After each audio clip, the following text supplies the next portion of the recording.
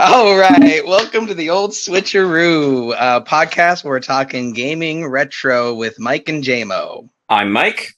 And I'm Jaymo. This is our first ever episode. We might never even hear this if it doesn't go well. But we are going to try to make our way through the entire retro catalog of games available to anyone who subscribes to Nintendo Switch Online. There's almost 200 of them, so we tried to group them into little categories to kind of have a focus for each episode. And for this one, episode 0, we are focusing on 3 platforming games coming out in the early 90s. Kid Chameleon on Sega Genesis, and Claymates and Jelly Boy on the Super Nintendo. Now, Mike, had you had any experience with these games ahead of time? No, I had not heard that any of these even existed. You didn't know of any of these? No, I did not. Yeah, they're not like super big, and it's part of why we kind of chose it for these first episodes. But I had been kind of loosely aware of each one, but I was excited to deep dive into them. So we're going to start off a little trivia for each game, and then we'll kind of go into what we like and dislike about each one. So our trivia section here called Knowledge is Power, Superpower. Mike, that title was too not to mention. Starting off with Kid Chameleon on Sega Genesis here. Released in 1992, published by Sega. The development team was designer Mark Cerny, who is interesting because Mike, if you looked at the Kid Chameleon game as a whole and it like reminded you of any console brand like Xbox, PlayStation, or Nintendo, which one do you kind of think it is most resembles in your mind? I don't think I played enough to think of them as their own brands in that Well, sense. like aesthetically, like if each one was like, you know, like a girl on the dance floor, which one would Kid Chameleon most look like? Does it seem like I know much about what's going on dance floors either? Yeah. Okay, a dance floor. Imagine, I can't keep going with metaphors. It's going to fall apart. I'll just tell you. Kid Chameleon had the designer Mark Cerny, whose hand has been in almost every major Sony PlayStation franchise. He's worked on Crash Bandicoot, God of War, Uncharted, Killzone, and even the new Miles Morales Spider-Man, which our friend Brian thinks is probably one of the best Spider-Man game ever made. Let's go with the description of Kid Chameleon. According to the details on Nintendo Switch Online, it says Kid Chameleon, the hero with 9 faces, stars in this side-scrolling action game set in the world of holograms. Use the special powers of 9 different helmets to beat over 1,000 levels. Now, Mike, I'm wondering if you can tell what bugs me about that description. Oh, there's a lot. I mean, Yeah. the faces part, Yes. I feel like a lot are masks and helmets. Okay. Yes. And then in the second, so it's a literally a 2-word summary, and in the second sentence, it calls them helmets. So it's like, I mean, Hero with 9 faces certainly sounds epic, but it just doesn't seem to actually describe what you're actually getting, because you can't have all 9 faces at once. In fact, you can't even have 2 at once. So it's like he has not 9 faces all in a row. Called Chameleon Kid in Japan. I was actually stricken by how similar the cover was in Japan. I mean, it's essentially the same design, except they kind of tried to make it look anime or manga a little bit. Did you, upon seeing this this game box, Mike, like what was your impression of it?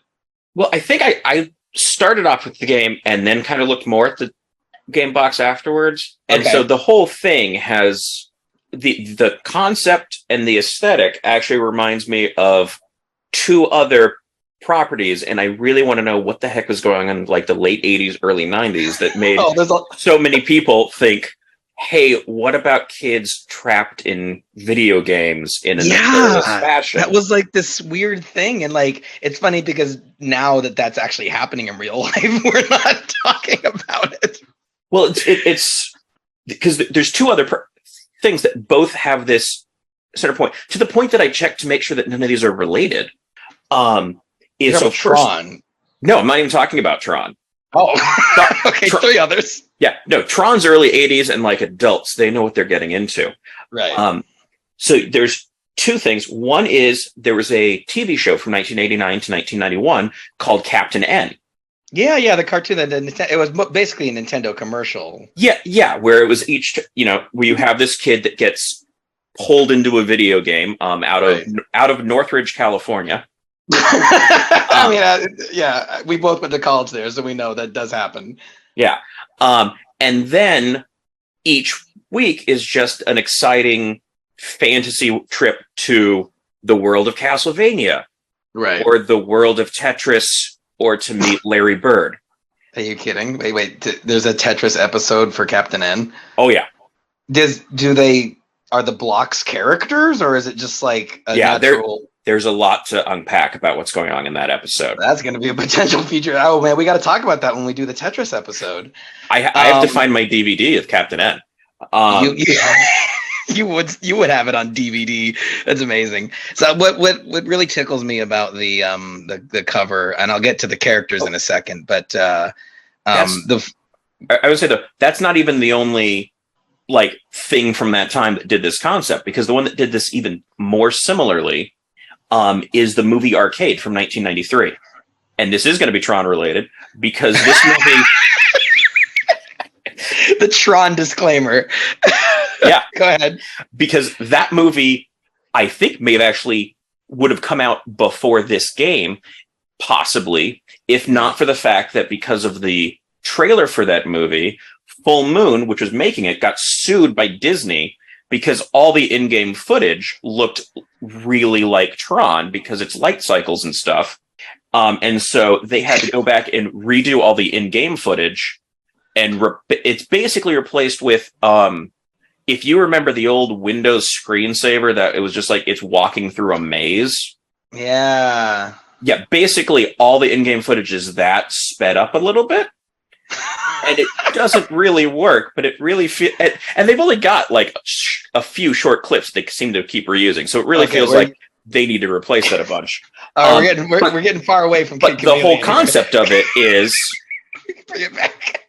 Oh, no, it will. The whole concept of that is that there is this video game in town that is being demoed, and kids are disappearing. Right, which is essentially word for word the plot of this game. So the details I read doesn't go into it, but the opening cutscene, which by the way, as far as like first, pros of this game, I thought the opening cutscene was really cool. In fact, let me go to the screen grab here. This is the story of someone too tough to beat. Like, come on. And then like at the end of the thing, so the premise of this game is that there's a new virtual reality arcade game that's so good, every kid in town is playing it. And then, the boss of the game, and that's literally how they say it in the cutscene, we don't even know who that is, comes out and starts kidnapping kids and pulling them into the game. And you're Casey, the best gamer in town, who can actually go into the game and beat the boss at his own dirty deeds. What strikes me about that is that, like, I don't know, how deep did you get into this game? I got about as far as I can get easily. So a handful of levels, maybe 6 or 7, and it started to get hard. Does it the way you said that makes me think you didn't use the rewind feature while playing? No. Oh dear God. Oh, you had a real bad time with these games, didn't you? Do you know how to rewind on the Switch? Not particularly. Okay. I've seen a thing that says press and hold to rewind, but I haven't messed with it. So I feel like I'm getting the authentic experience. Yeah, this will be interesting because, I mean, basically, spoiler alert, but all 3 of these games I think I would have found insufferable if I didn't have the ability to easily retry a jump or, an enemy encounter or whatever. I don't know, like, this game was one I was really eager to play as a kid. They used to, Sega Genesis games would come with a poster that was advertising all the different games you could get. And this was the one that I always, as a kid, like wished I could play. But I mean, I don't know, like, I mean, you remember, back in the 90s, Mike, like you didn't get games a lot. You had like a couple of games that you played the heck out of for months. You agree? Slightly disagree. Because no, you rich kid, you and I know. Okay, what are you talking about? No, it's actually because you owned the games you played. Whereas we rented, but I mean, we did have a lot of games though. Yeah, whereas a lot of my playing games in that time frame, aside from playing them at your house and other people's houses, was renting a system and renting a few games, and so you weren't locked into the same few games. It's just you only had. It seems way more expensive. Yeah. Well, and I remember, like, I mean, it was always fun because, like, when we were kids, you would usually get a console I would say maybe like a year or so after I would get it. And it's really fun because then you could borrow all the games I really liked. And it was like kind of recycling games almost. And that's absolutely the way I've kind of taken to gaming now. I don't try to get the games brand new. I love to get really good games when they're cheap and just hopefully have them unspoiled. I didn't think this was a very good game, though. I was pretty frustrated by it. I felt like, despite like some cool animations, so being like a side-scrolling game, and you would fight dragons and rock monsters, and you'd hit them with something, and like the dragon would fall over and twitch, or the rock monster would crumble. And like I kind of realized a lot of games back then didn't really do that. It would be like you defeat an enemy and it kind of all explodes the same way, no matter what enemy it is. And then I thought a couple of the powers were sort of fun to play with, but I don't know. I think I had more cons than joy pros that wait, hold on, I can do this. I think this game has more joy cons than joy pros for me. What was your experience with it? Actually, this is the one that I thought I enjoyed the most. Really? I was wondering. I had a feeling. What did you like about it? I mean, part of it is I think I like the look of it. Part of it is I think it's the one that felt most responsive when I was playing it. Yeah. Okay. And then I think there's a lot to the way that this is doing these various characters and stuff that I kind of just like, that it feels like they're sort of representing things. There's the sense that there is a depth to this and not just this is what we programmed. I get what you're saying. And I'm going to even highlight this because this is a really weird thing. Is like, I think about as far as I got was Hills of Warriors 2, which is a great name.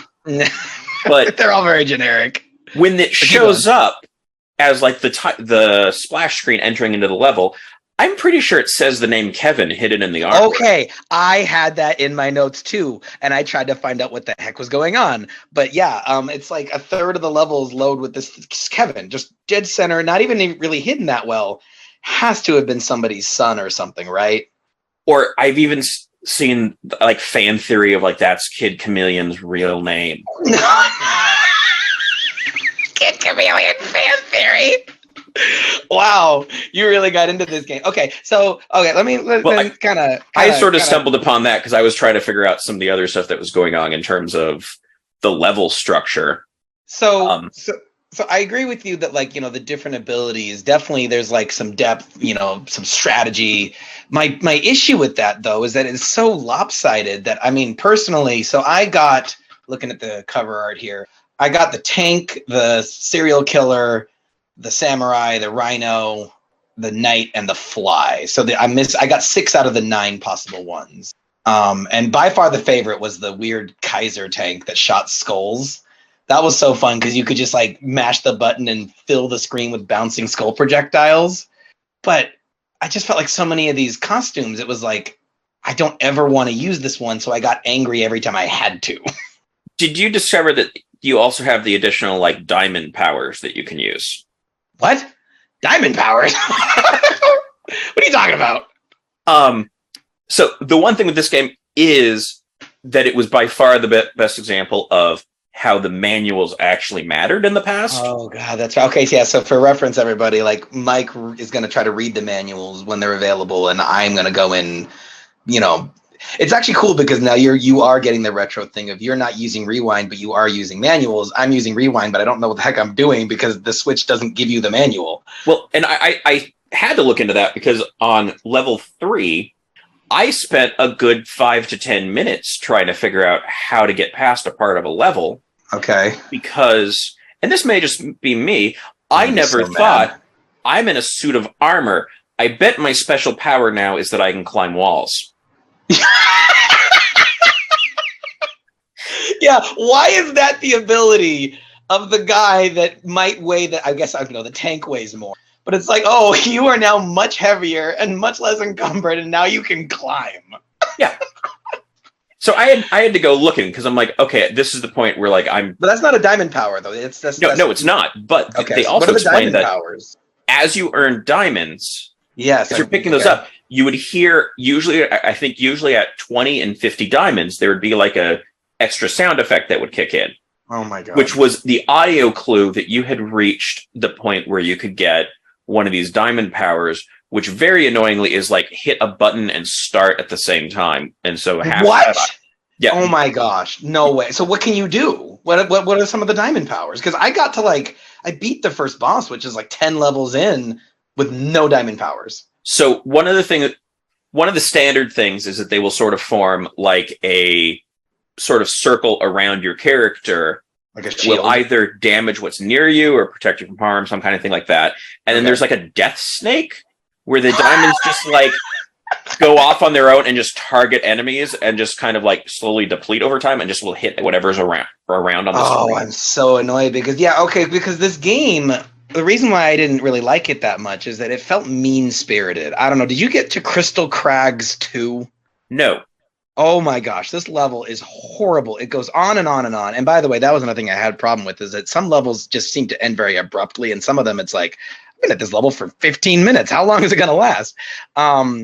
The Crystal Crags, like, it's just the example of what I thought was just really mean. Like, you very specific platforming, you know, you fall and then you lose a lot of progress and have to go back to the top again. And I don't know if you've encountered this, but these teleporters, did you find any of the teleporters in the game? I think so. Okay. So eventually, I don't think it happened to like level 5 or something, but the teleporters, there are trick ones that send you back to the beginning of the level.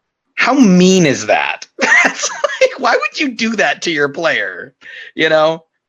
Did you have a favorite costume or face or costume or whatever it was?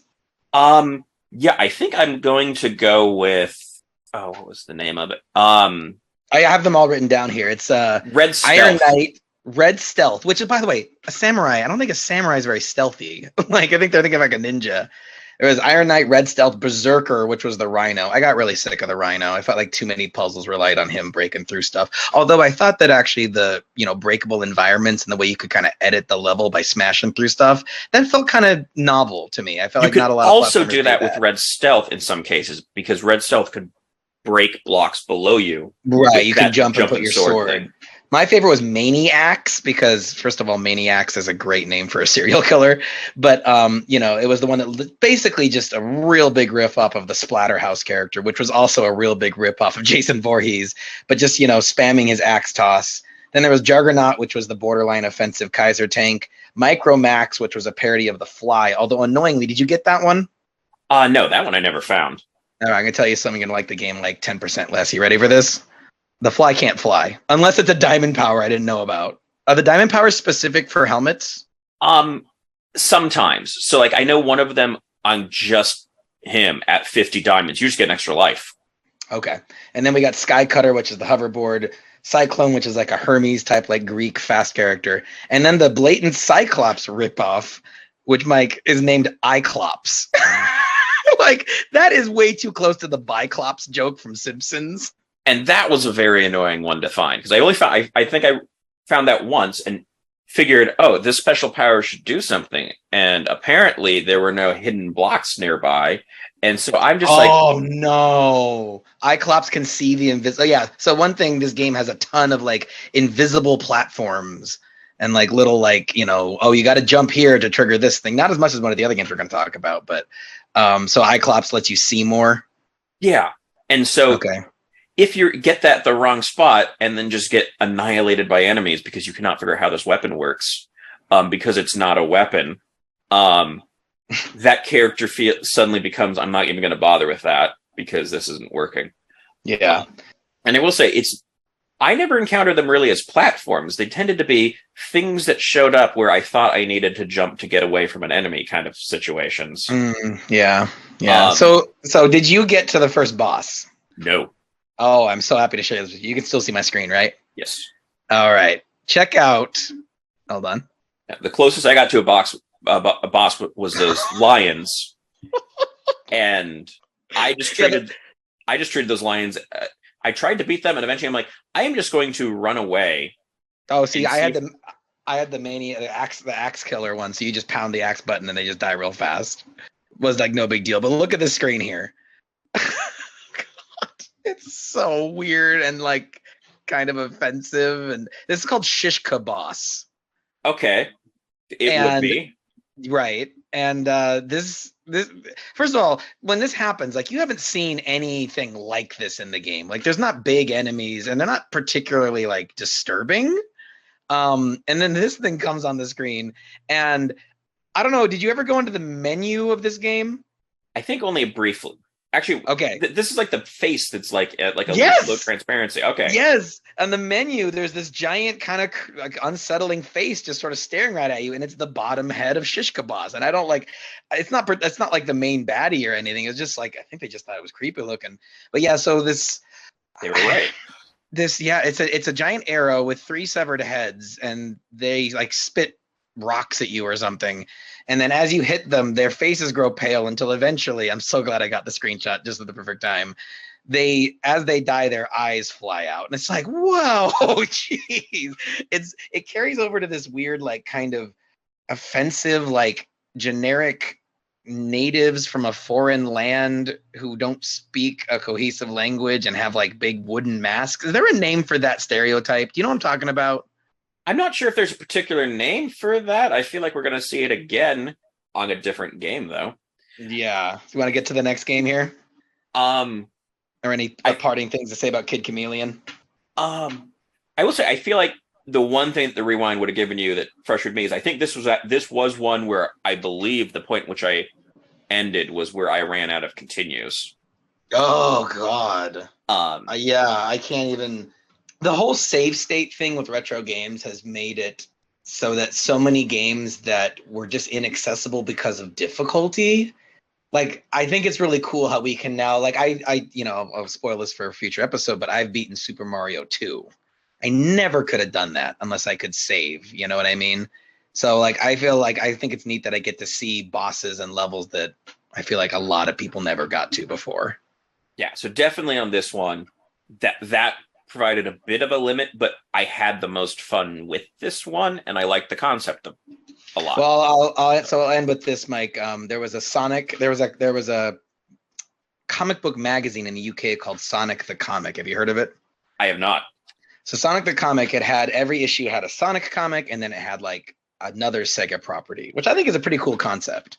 And there was a 5-issue run of Kid Chameleon comics in 1993, and then a sequel series of 5 additional comics called Back to Unreality, run in 1995. So if you're hungry for more Kid Chameleon lore, that's out there, and you're really good at finding weird, obscure things on the internet. So if anyone's going to find it, it could be you, I think. Let's go on to the next game, which is Claymates. Claymates was released in 1994 for the Super Nintendo. It was published by Visual Concepts, which is a company that's most widely known for developing the 2K series. So, Mike, have you heard of like NBA 2K or like Yes. WW? Yeah. So, obviously, that's the kind of modern name of the company. As far as games that you would recognize, maybe you had the Sega Genesis game Tasmania, right? Yes, it did. Yeah. So they worked on Tasmania. And they also worked on a Dreamcast game, getting back to that kind of offensive Islander, big tiki style mask stereotype. They made a game for Dreamcast called Ooga Booga. God, it feels racist saying that. I can't believe that game's come up twice in like a week in our conversations. Yeah, well, I mean, I forget how it came up earlier, but it's like, the premise is that you play as these Islander stereotypes, indigenous tribes, and your goal was to like throw shrunken heads at your enemy until they get knocked into the volcano god's lair. And like, wasn't this also the boar racing game? The boar racing game. Yeah. And so let me get to the premise of this game. What was your initial impression as I'm going to the description of Claymates? My very initial description was I thought I knew what this game was, and then I think I'm actually thinking of a later fighting game. So that was gonna be one of my trivia things, is that this is in the Clay Fighter universe. This game came out afterwards, but it does have cameos in Clay Fighter at the start of each round. Like in boxing, the ring girls will hold up what round it is so the audience can know. So in Clay Fighter, little animals ran by with the round number written on a balloon that's like tied to their leash or, being held by their teeth. And so that's the only other time these Claymates characters have appeared. Let me read the description here. It says, Clayton, your father has perfected the Claymorph serum. In this game released for the Super NES in the early 90s, you take on the role of Clayton, son of Professor Putty. By the way, Professor Putty naming his son Clayton. That's like, come on, dude. Like, let your son be who he wants to be. Don't make him follow in your footsteps. Your father has made a breakthrough, and with the serum he's created, living creatures can be turned into clay, which sounds horrifying, I just have to say. But the witch doctor Jobo refuses to let anyone match his power and appears from nowhere, seizing the serum, its formula, and your father.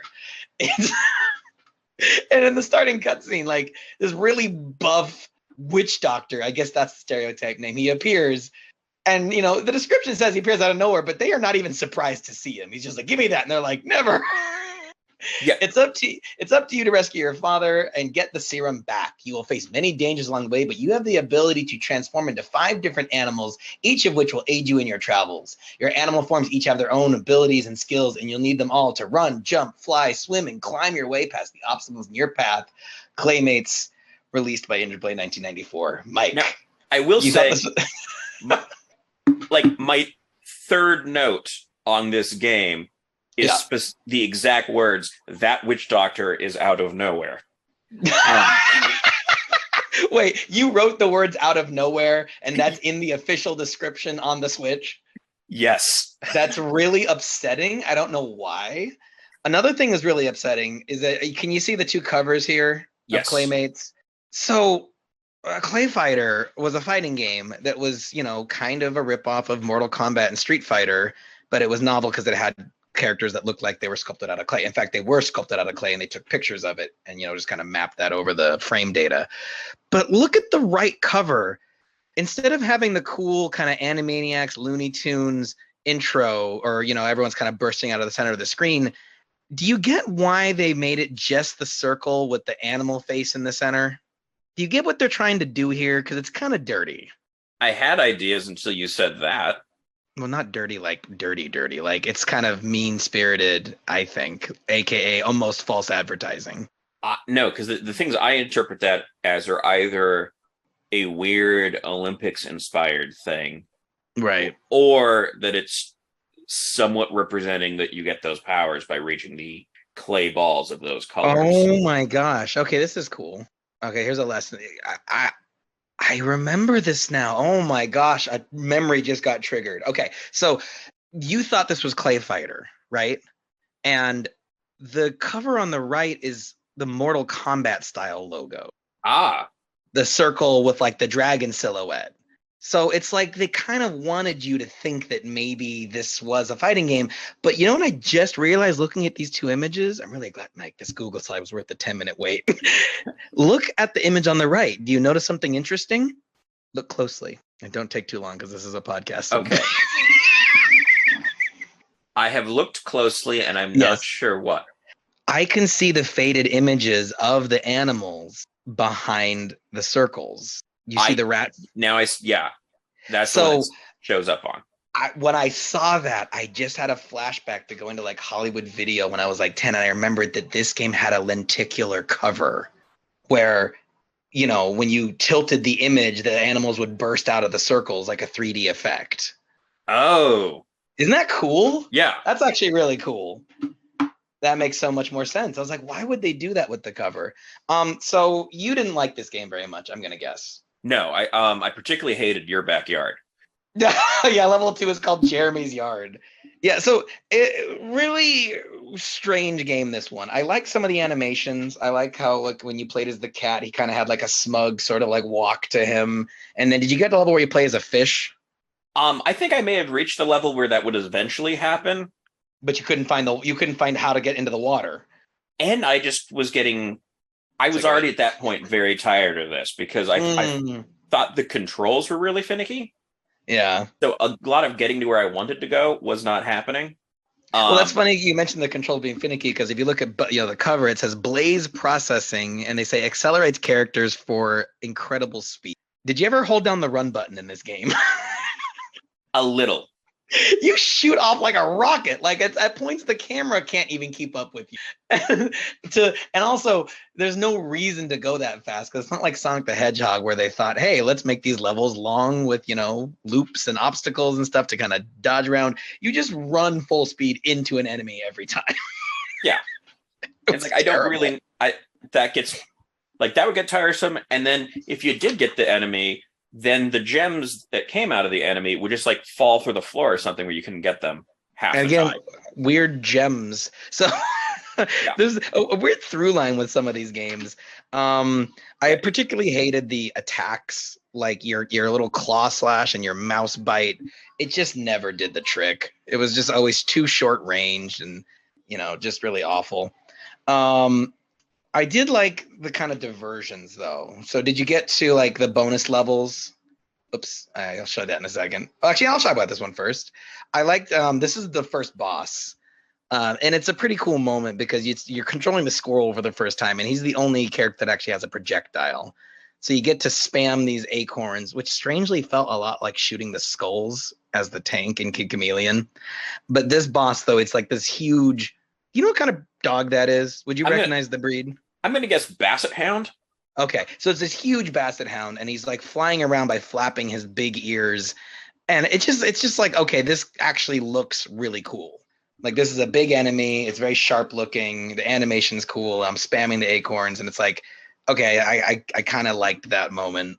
And then I liked the diversions. Like this was. Did you get to one of these bonus levels? We can just say I got to no bonus levels. I reached Oh, the end did of you? levels, but You got to like level 2. So it's like I don't know exactly what triggered it, but sometimes after a level, you'd be watching your little blob of clay because that's what you play as. You get turned into this blob of clay that can turn into animals, but the bonus level, the blob of clay is dropping, but you're looking at it from above. So the camera is rushing towards the floor, and you have to aim yourself to hit all the tiles separately. So like right now, I'm trying to aim and hit that yellow tile. But it was cool. It was like, oh, this is like 3D. And I was particularly amused once I figured out how to do it by the overworld map. So strangely enough, between every level, you have to do this slide puzzle where you have to move elements of the environment so that little robots can walk a path to pick up an item and then destroy what's keeping you from going to the next level. So in this case, there's like trees in the bottom, right corner of this. And I don't know, it doesn't explain it, but once I figured it out, I kind of looked forward to these. These were the best part of the game. I would I have played games where this is the game. Yeah. Like this game loop is much more my speed, and the one bit that would have made me want to go further was to see these get more complicated. Oh, well, I mean, you can see this is after, I think, maybe the 4th or 5th level.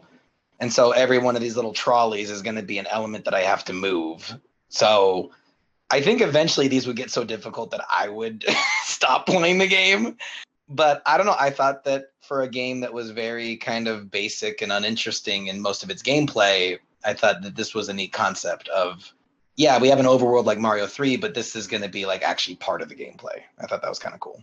Yeah, it was too much work to get between those, especially also because when you lose the animal form relatively easily, your default clay is horrible. And so then it kind of becomes, if that's happened, you're not bonus further. Big money. What? I said, wow, bonus, big money. Sorry, I had a joke that I forgot to say earlier. I was going to start to interrupting you this whole time. One of the bonus levels in this game is just plastered with the words wow, bonus, and big money. And it's a horrible bonus level. It's not fun to play. It was actually so difficult to get through the bonus maze that I never wanted to do it again. But it was just like so positive. It's just like if we just put the words wow enough, kids will think this is cool.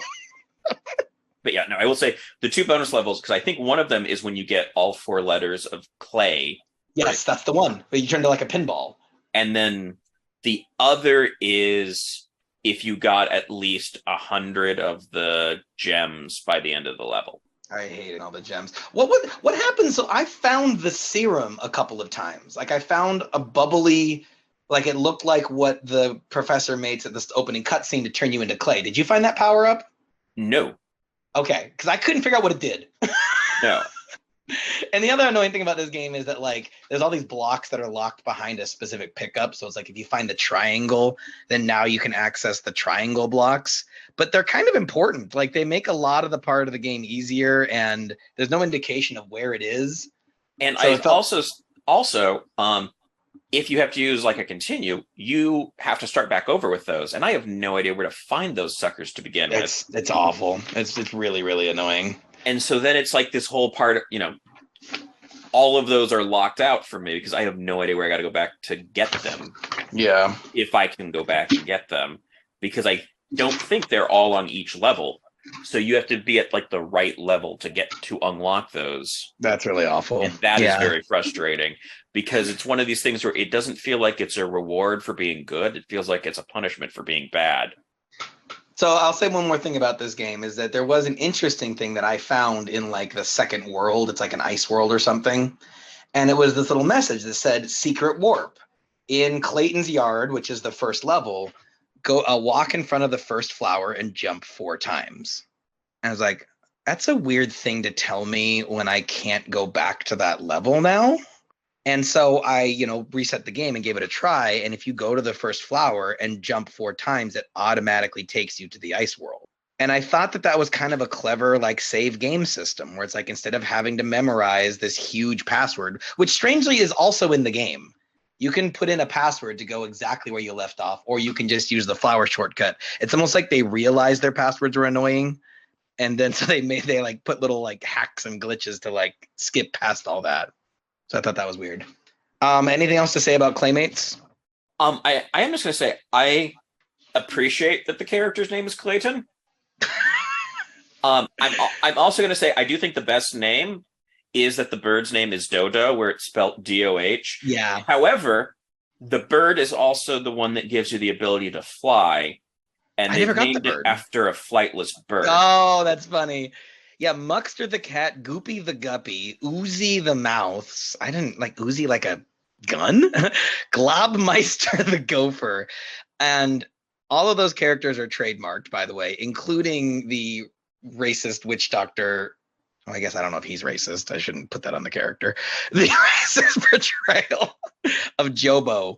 I like that they didn't trademark the main character Clayton or Professor Putty or whatever. It's like it's almost like they knew that those weren't worth anything. Yeah. So they trademarked the other 5, thinking that Claymates is really going to take off. Yeah. When you say the others, me saying Dodo was the best name does not sound nearly as impressive. Yeah. And then I am bothered by the fact that they put Cape Claynaveral in the Pacific. That would bother you. Speaking of things that bother me, let's go on to Jelly Boy. Jelly Boy was released for the SNES in 1995, but only in Europe. I think I know why. Developed by Ocean Software, the makers of Micro Machines, which is one of my favorite Genesis games. It's a really good top-down racer. And 3 games, one of which I swear you liked, but I think I asked you recently. You didn't remember it. Do you remember Road Rash? It was a motorcycle combat game.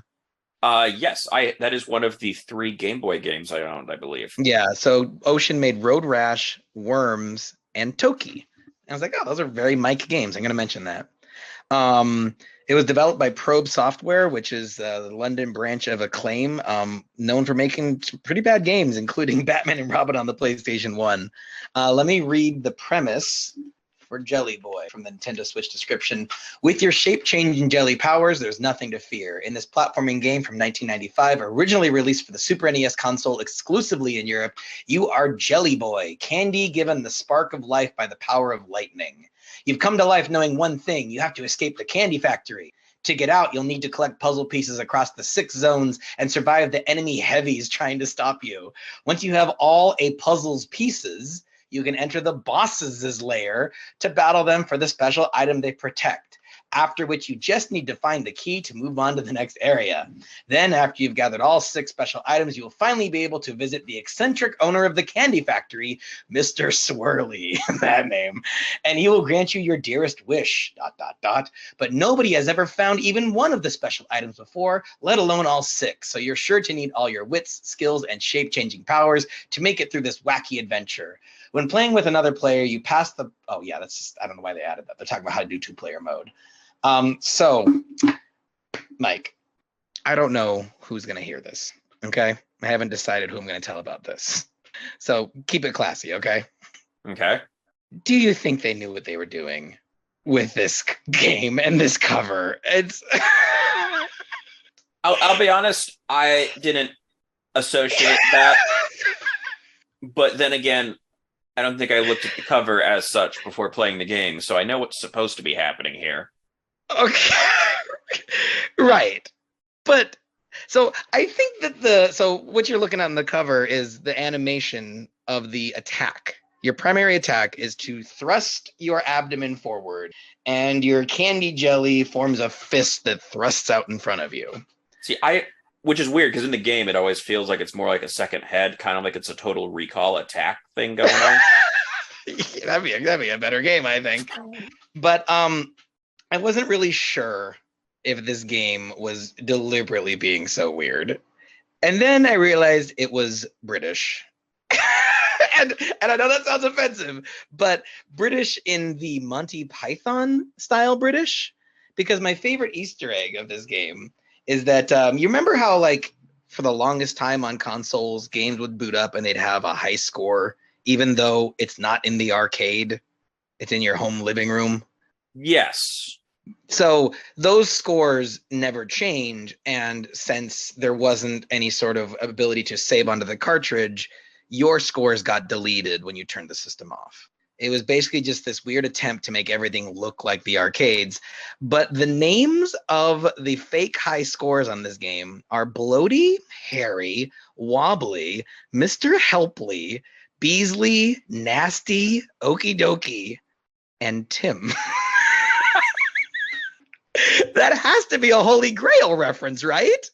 It definitely feels like that played a role in that.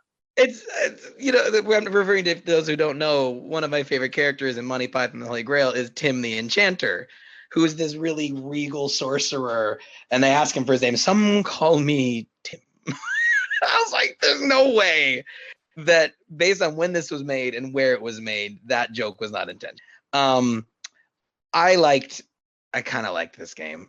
I loved how 90s it was. There's nothing more 90s than a power up that just puts cool guy sunglasses and a baseball cap on you.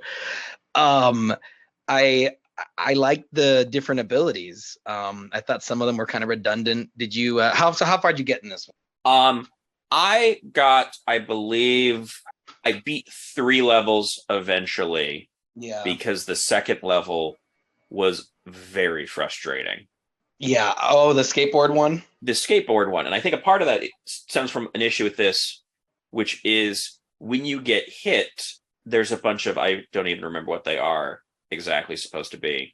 Musical notes. Yeah, music notes. There we go. They get released in sort of, which I am familiar with this setup. Yeah, it's Sonic. Recovering them was harder. And it seemed like the more you had, the harder it was, because I think every 10 would come out as a single gold one that would disappear. It felt faster. So it was kind of like if you had like 9, you had a great shot of recovering everything. And if you had 40, good luck. Right, because instead of having, and so it's a Sonic the Hedgehog system where as long as you have a musical note, you can be hit. But if you ever and you have to pick them back up, you drop them. But the problem with the system, as Mike pointed out, is that they're not easy to pick back up. So it's kind of like the whole game is like this sensation of like tripping and dropping a bunch of items on your floor, which is really stressful. This is one I don't think I would have enjoyed at all without the rewind feature. Yeah, no, that it's made it very frustrating. Yeah. And another thing that's frustrating about this game is that like they don't tell you until like 3 levels in that, oh, your goal is not just to reach the end of the level. Your goal is also to find puzzle pieces, because you need all 9 puzzle pieces to fight the boss of a world. And then you also need to have found the key to go through the door into the next level.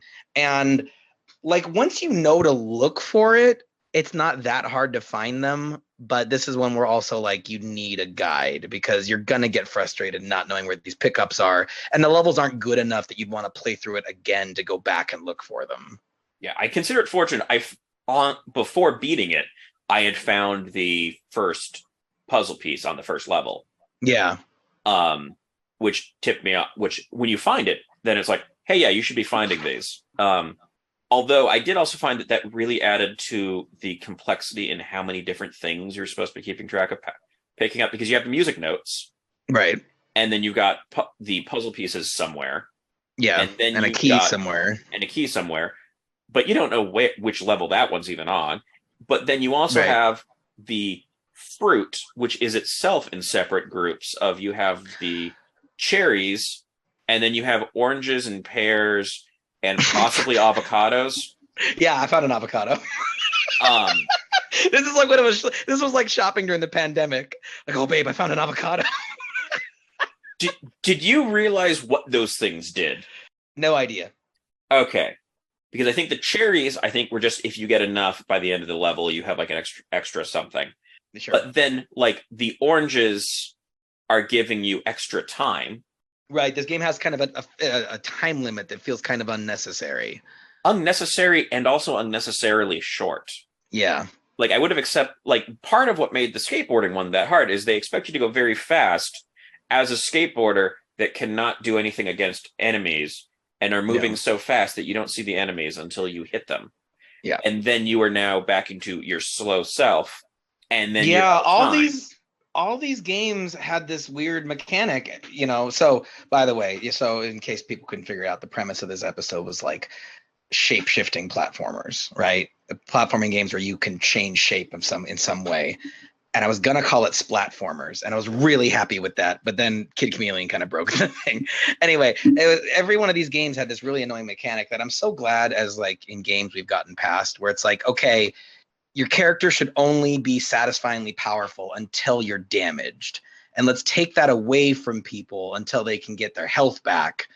I don't know why people thought that was fun, but I've always hated that in games, and I hated that in all three of these games. I mean, I'd be slightly okay with that, if not that it also went with so very dead in this game.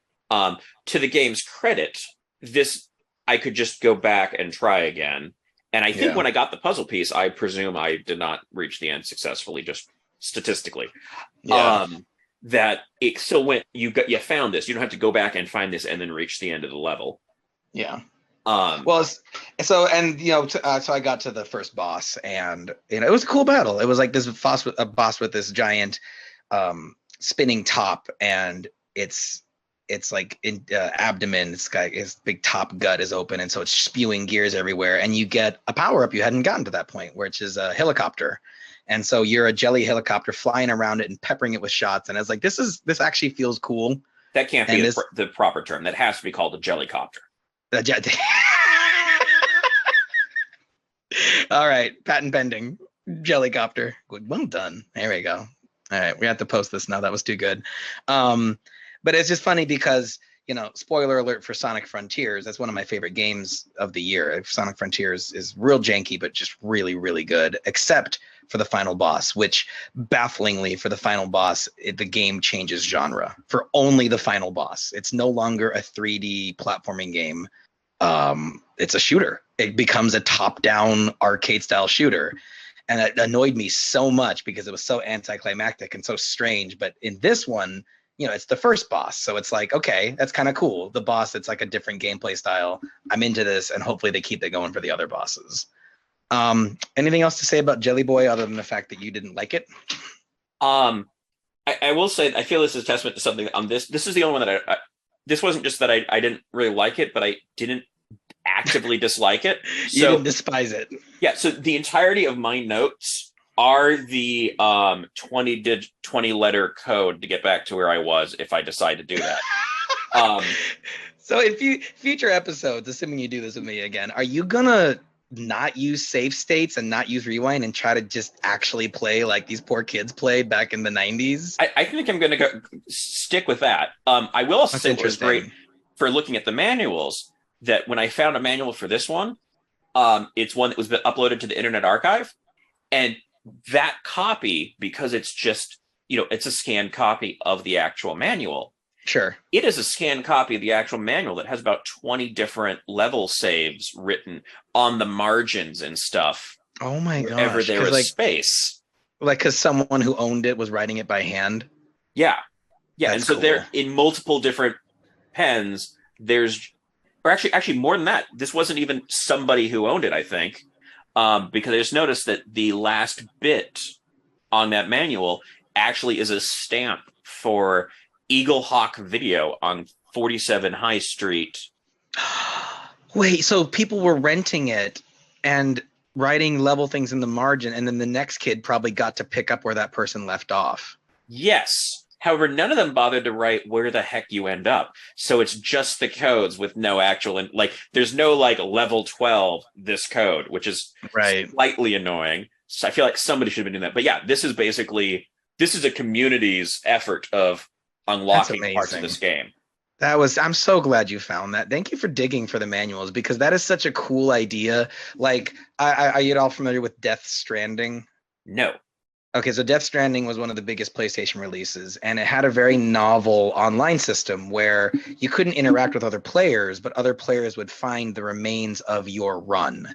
And so if you built a bridge to get across a chasm, that bridge would appear in other players' games. And if the thing that you built made their journey easier, they could like tip you and thank you, and then you get a message in your game. Because like, the premise of that game is kind of like a multiverse situation. And what you're leaving in the world goes to everybody's universe. That is fascinating. Actually, everybody, or like, are they putting people into like subsets? I'll be honest, I haven't played it. I want to, I just haven't gotten around to it. But I mean, I just love that Jelly Boy in the 90s, people were kind of doing that with the manual and ballpoint pens.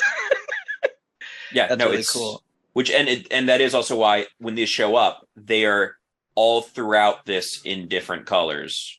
Wow. Over mostly the last few pages. Like the early pages don't have it, but you hit a certain point and you just start seeing them popping up in the margins. Is it weird that like that gives me like strange like hope for humanity? Like I imagine like a cringy 90s McDonald's commercial where like people of all backgrounds and all family situations are all playing Jelly Boy. Working through Jelly Boy together. I mean, in a way, aren't we all just working through Jelly Boy together? All right, Mike, let's wrap this up. This went way longer than 15 minutes, but I've had fun. I don't know. Let's call it Nintendo or Nintendo. Oh, well, I'll try that again. NintenDO or NintenDON'T. Hold on, I got a sound effect for this one. Here we go. All right. So for me, Jelly Boy was a NintenDO for me. Once I knew to get certain pickups like the keys and the puzzle pieces, I found it just like charming and challenging enough that like I'll probably go back to that one. Where did you land on Jelly Boy? Can I go Nintendo maybe on this one? Okay, it's so funny because that was my rating for Claymates. I said Nintendo maybe, although gun to my head, probably a NintenDON'T. What about for Claymates? What would you say that was? I think that one's definitely a NintenDON'T. NintenDON'T for you. Yeah, it's a Nintendo maybe for me, but I guess, in the interest of kind of maybe having some sort of definitive ranking, I'll say that's a NintenDON'T. And then Kid Chameleon, you were a Nintendo on that one. I was a NintenDON'T. So, and I also find it odd that that's the one that feels like it's odd now that that's the one that felt the most advanced in how it looked to me, even though it is the oldest of the games. Well, let us know in the comments if you think it's Nintendo or NintenDON'T. In fact, maybe that's how we can break ties, Mike. We can ask people to let us know, and it's like in the event of a tie, their vote decides it. That could be fun. The real understanding of which game was the best will be our own collective Jelly Boy. Yes. Okay.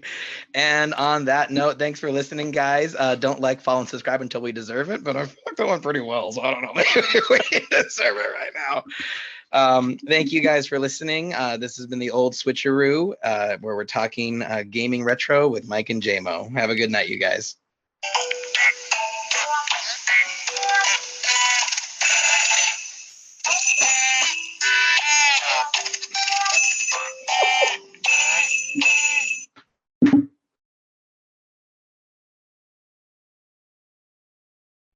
All right, here we go. First recording.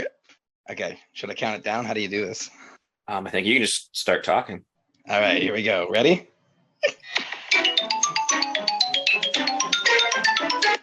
Oh, God. We might keep that. Okay, take two. Ready? Here we go.